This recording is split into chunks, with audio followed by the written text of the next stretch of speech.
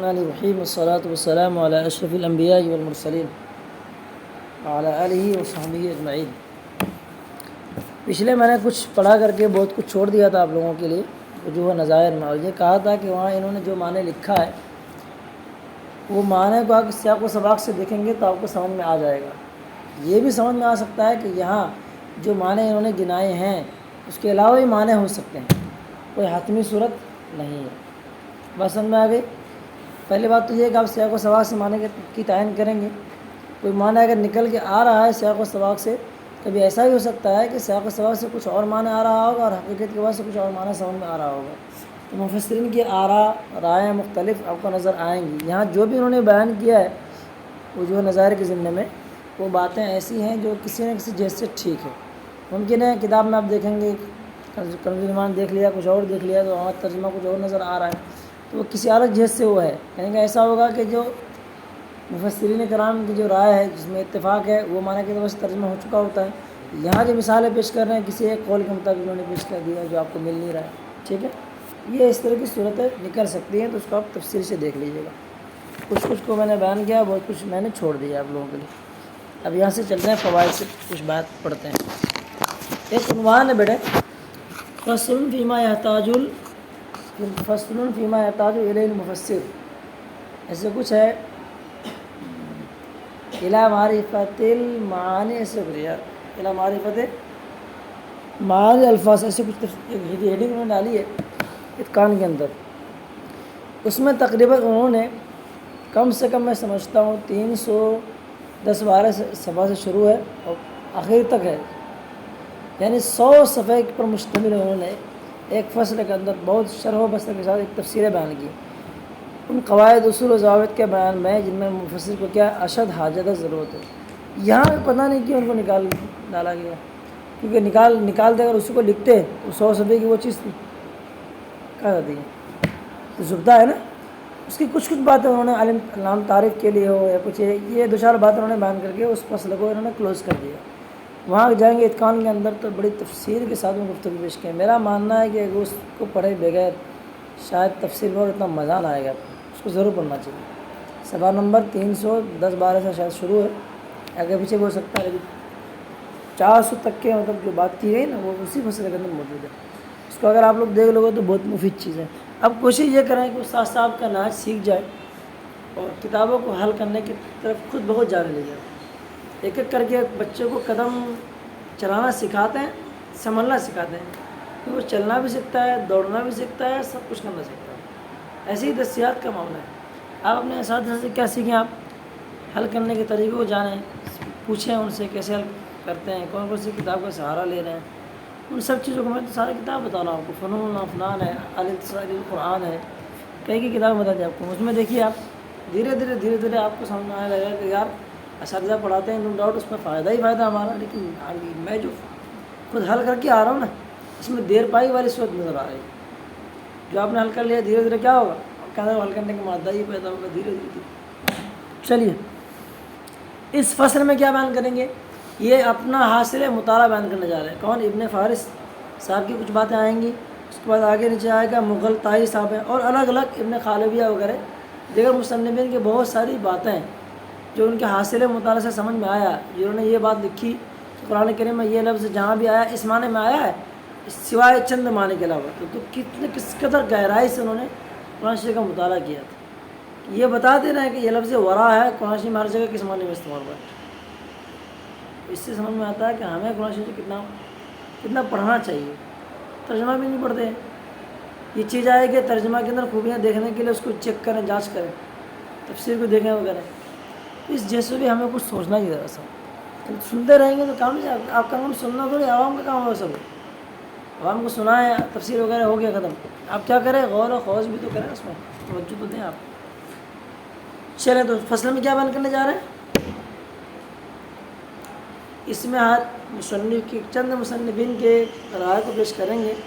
قرآن شریف میں یہ لفظ آیا کس معنی میں آیا ہے، اکثر مقامات پہ اس معنی میں آیا، کہیں کہ اس کا راوی معنی میں آیا۔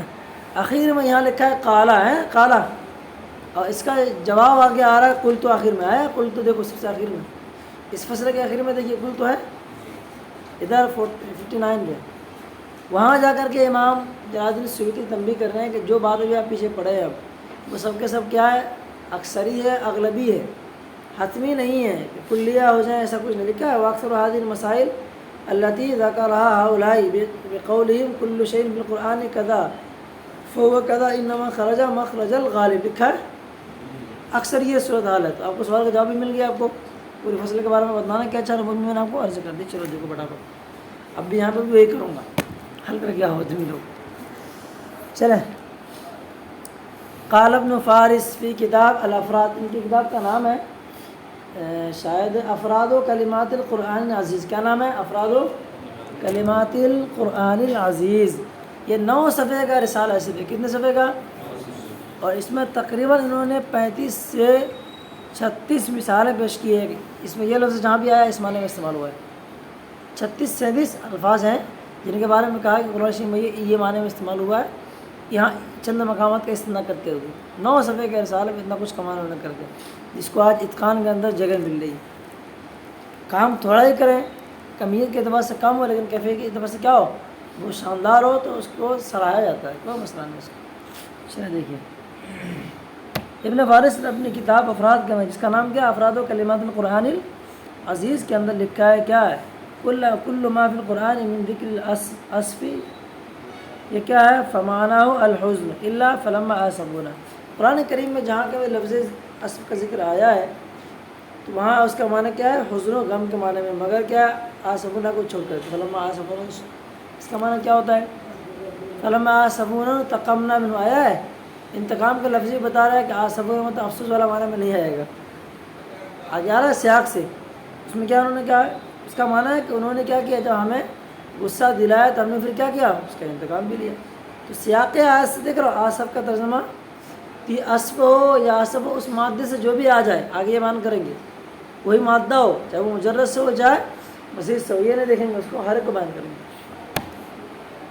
ہو گیا بیٹے، چلو جلدی چلو۔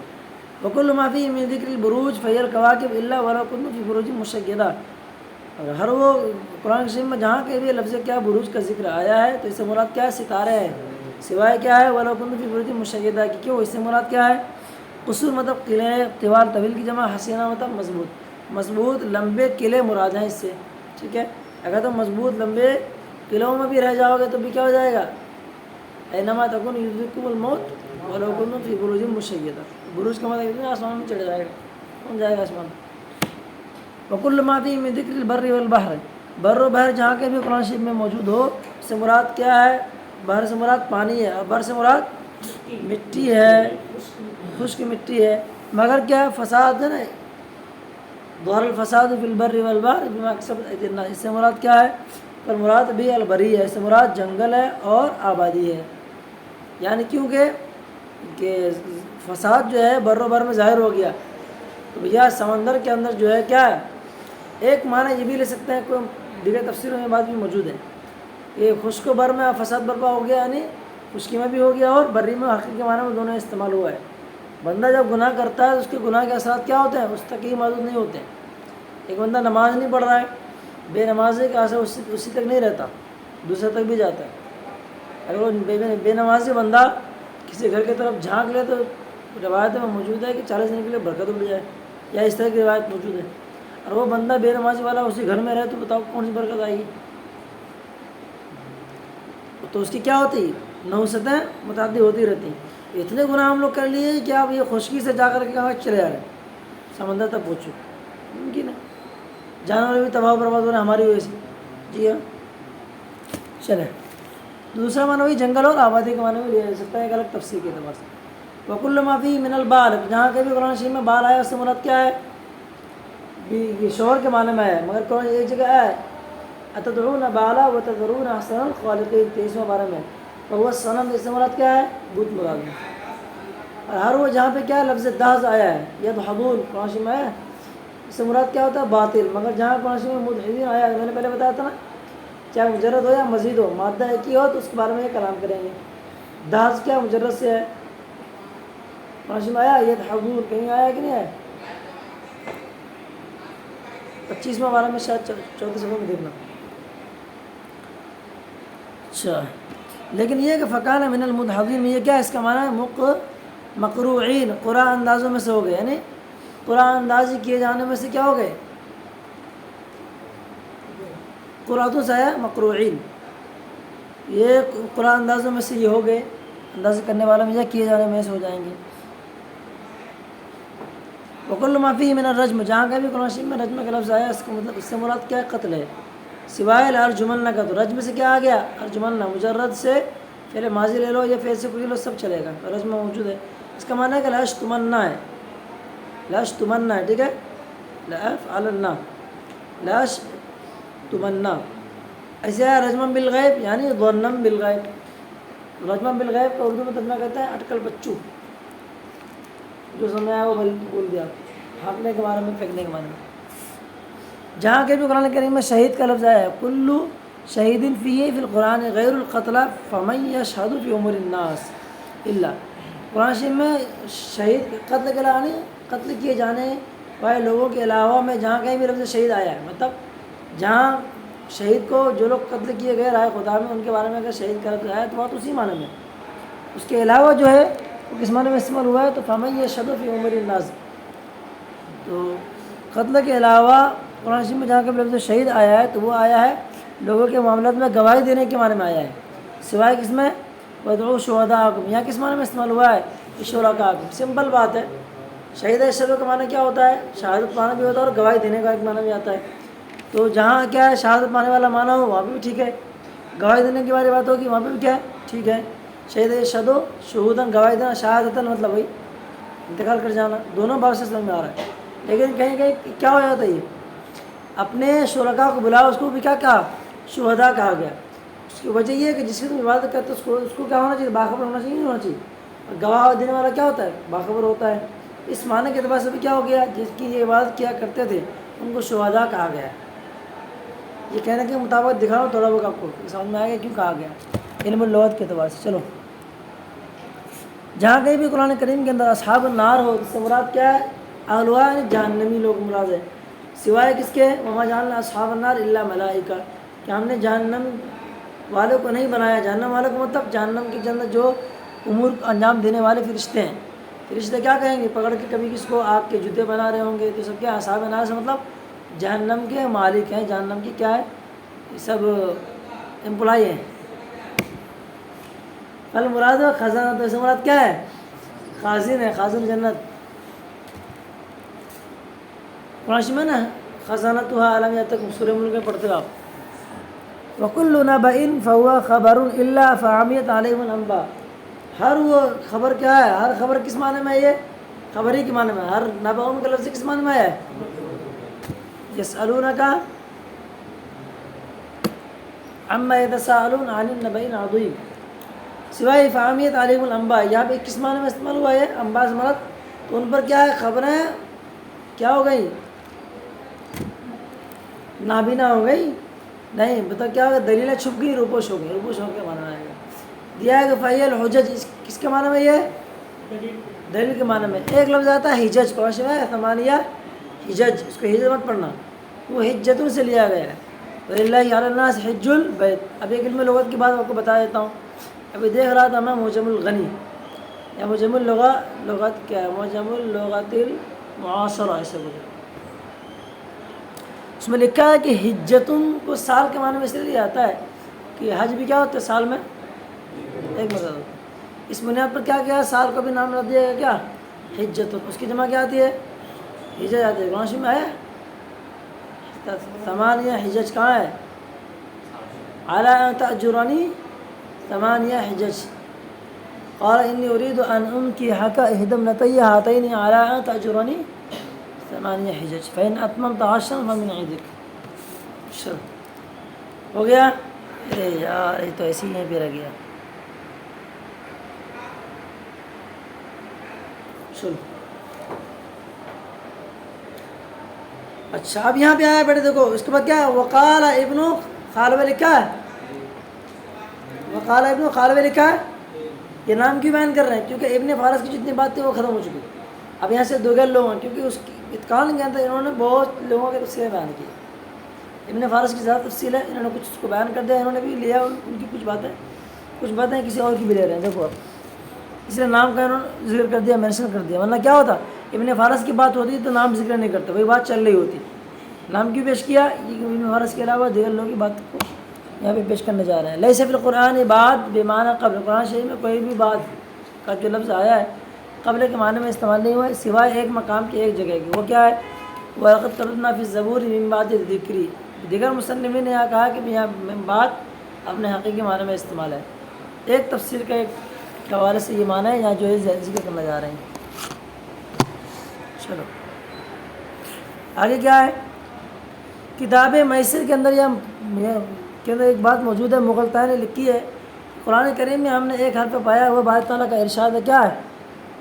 وَالْأَرْضَ بَعْدَ ذَلِكَ دَحَاهَا. یہ کس معنی میں استعمال ہوا ہے؟ تو یہاں پہ بعد ذالک کس معنی میں ہو گیا ہے؟ قبل ذالک استعمال ہو گیا ہے. یہ بہت تفصیلی گفتگو بیٹھے. آپ کو کتاب کا نام بتا دیتا ہوں. تفسیر میں شاید مجھے خیال سے آپ لوگوں نے اس کو کہیں نہ کہیں پڑھا ہوگا، یہ بات آنے والی ہے. توجہ کے ساتھ سنیے گا. قرآن شریف میں کیا ہے؟ ثم استوى إلى السماء ہے اللہ الذي خلق سبع سماوات ومن الأرض. نہیں یار، ثم استوى إلى السماء، ثم استوى إلى السماء سے پہلے خلق الأرض في يومين ہے وتجعلون اندازا. یہ لفظ آیا ہے کہ زمین کو 2 دن میں پیدا فرمایا. اس کے بعد ثم استوى إلى السماء، پھر کیا؟ آسمان کی طرف کا قصد فرمایا. تو اس سے کیا پتہ چلتا ہے کہ زمین کی پیدائش ہو گئی پہلے، اس کے بعد کیا ہو گیا؟ آسمان کی طرف کو اللہ تعالیٰ نے پیدا فرمایا. یہ تو ہے. بعض دیگر روایت میں یہ بھی موجود ہے کہ پہلے آسمان کو پیدا فرمایا پھر زمین کو پیدا فرمایا، لیکن جو اکثر روایت ہے. تو اس سے پتہ کیا چلتا ہے کہ زمین کی پیدائش ہو چکی ہے، پھر آسمان کی پیدائش بعد میں ہوئی. یہاں کیا آیا ہے؟ وَالْأَرْضَ بَعْدَ ذَلِكَ دَحَاهَا. تو دہا بعد ذَلِكَ کا مشابہ کون ہے؟ آسمان ہے. تو اس سے پہلے آپ بات پڑھی آپ ام السماء کو بناها رفع سمكها فسواها وأغطش ليلها وأخرج ضحاها والأرض بعد ذلك دحاها. ذلك سے مشابہ کر المذکور جو سابق میں مذکور ہوا. پہلے کیا مذکور ہوا؟ آسمان کو بنایا، بلند کیا. یہ سمجھ میں آ رہا ہے؟ اور دیگر آیت میں کیا سمجھ میں آ رہی ہے کہ زمین کو پہلے پیدا کر دی پھر کیا ہو گیا؟ آسمان کی کیسے فرمایا. تو یہاں پہ بتائیے بعد ذالک کا معنی کیسے صحیح ہو سکتا ہے؟ پتہ کیا چلے گا بعد کس معنی میں ہے؟ دیگر آیت کو دیکھتے ہوئے کہ والارض بعد ذالک کا بعد یہاں قبل کے معنی میں استعمال ہوگا، کیونکہ اس کا مشابہ لکھن بن رہا ہے. پہلے بات گزر چکی ہے. رفع اسم کا سوا ہے نا، اور سما وما بنا ہے نا، والارض بعد ذالک دحا. تو اس سے یہ سمجھ میں آتا ہے کہ یہاں پہ کیا ہے؟ بات کس معنی میں ہے؟ قبل کے معنی میں. یہ ایک مصنف کی ایک رائے ہے. تفسیرات احمدیہ میں نے کبھی مطالعہ کیا تو دیکھو کبھی مطالعہ کرنے سے ضائع نہیں ہوتی چیزیں. وہ بھی آپ کو بتانے جا رہا ہوں. اس میں لکھا ہے کہ یہاں پہ جو ہے نا بات اپنے حقیقی معنی میں استعمال. وجہ یہ کہ اللہ تبارک و تعالیٰ نے آسمان کو پیدا زمین کو پیدا فرما دیا. اس کے بعد کیا کہ اس کو بچھایا نہیں. پیدا شاید چیز ہے. میں نے کیا کیا بھائی سامان لا کے رکھ دیا، سیٹ نہیں کیا اس کو. چادر لے کے لایا، یہ یہاں تک پوری بچھانے والی چادر ہے. لے کے آیا چادر وغیرہ لا کر کمرے میں لا کے رکھ دیا. مہمان آنے والے ہیں. بعد میں کیا کیا آپ نے؟ کوئی آیا بولے بھائی تم نے اب تک یہ کام کیا؟ کام تو کر دیا تھا، اسی کو بچھایا نہیں تھا. بولے مہمان آنے والے تو نے کمرے میں کچھ صفائی بھی نہیں کی، چادر بھی نہیں لگایا. بولے حضور صفائی بھی کرتے ہو، چادر بھی کرتے ہو. کہاں چادر ہے؟ چادر لا کے رکھ دیا تھا حضور، بس خالی بچھانا تھا. وہی کنڈیشن اس کو کیا ہے؟ آسمان زمین کو پیدا کیا پھر آسمان کو کیسے فرمایا؟ پھر آسمان کو پیدا کرنے کے بعد تدبیر کی صورت بتا رہا ہوں آپ کو. زمین کی اللہ نے بچھایا ہے. پیدائش زمین کی پہلے ہی ہے، لیکن کیا کرنا چاہیے؟ اور تو بات ذالک کا دہا. اس سے کیا سمجھ میں آ رہا ہے؟ دہا خلقہ نہیں فرمایا ہے. کیا فرمایا ہے؟ دہا. اس کو بچھایا. خلقہ کا لفظ نہیں آیا ہے. نفیس گفتگو تفسیرات احمدیہ کے اندر موجود ہے. آپ کی اس کے اندر آنے والی شاید کے جلال شریف کے اندر یہ اس کی گفتگو ہے. بات سمجھ میں آ گیا نہیں ہے؟ یہ بات کہاں سے سمجھ میں آ رہی ہے مجھ کو؟ یہ اپنے مطالعے کی روشنی میں، ورنہ میں وہی کہتا جو یہ کہنا چاہ رہا ہوں. وہ کوئی بھی کہہ رہا ہوں ایک تفسیر کے مطابق وہ بھی ہے، لیکن دوسری بات کیا کہہ رہا ہوں آپ کو؟ دیگر کتاب کے اندر موجود جو میں نے مطالعہ کیا. چلیں ایک اور پڑھ لیجیے. ابو موسیٰ کہہ رہے ہیں اپنی کتاب مغیث کے اندر، اس کا معنی کیا یہاں پہ قبل ہے. کیوں؟ اللہ تعالیٰ خلق الارض فی یومین، کیونکہ اللہ تعالیٰ نے کیا فرمایا ہے نا، خلق الارض فی یومین 24/12 سورہ حامیم و سجدہ شد. اس کے بعد کیا؟ ثم استوى الی السماء، پھر کیا کیا؟ آسمان کا قصد فرمایا. فعلی ھذا، اس بنیاد پر کیا ہو گیا؟ خلق الارض قبل خلق السماوات، کہ اللہ تبارک و تعالیٰ نے کیا کیا؟ آسمان کو پیدا فرمایا. کس کے بعد؟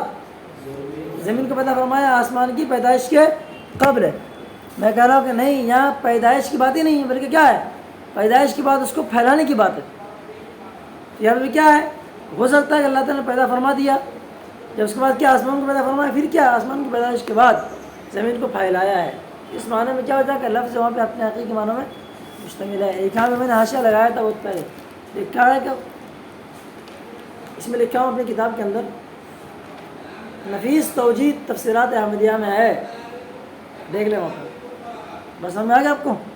چلے، وقت تعارض اور نبی سے کچھ بات اور ہے، میں چھوڑ رہا ہوں۔ آپ کو پتہ ہے کہ اس وقت حالات کچھ تھوڑی سی میری چین دکھ رہی ہے۔ صلی اللہ علیہ حبیب صلی اللہ علیہ وسلم۔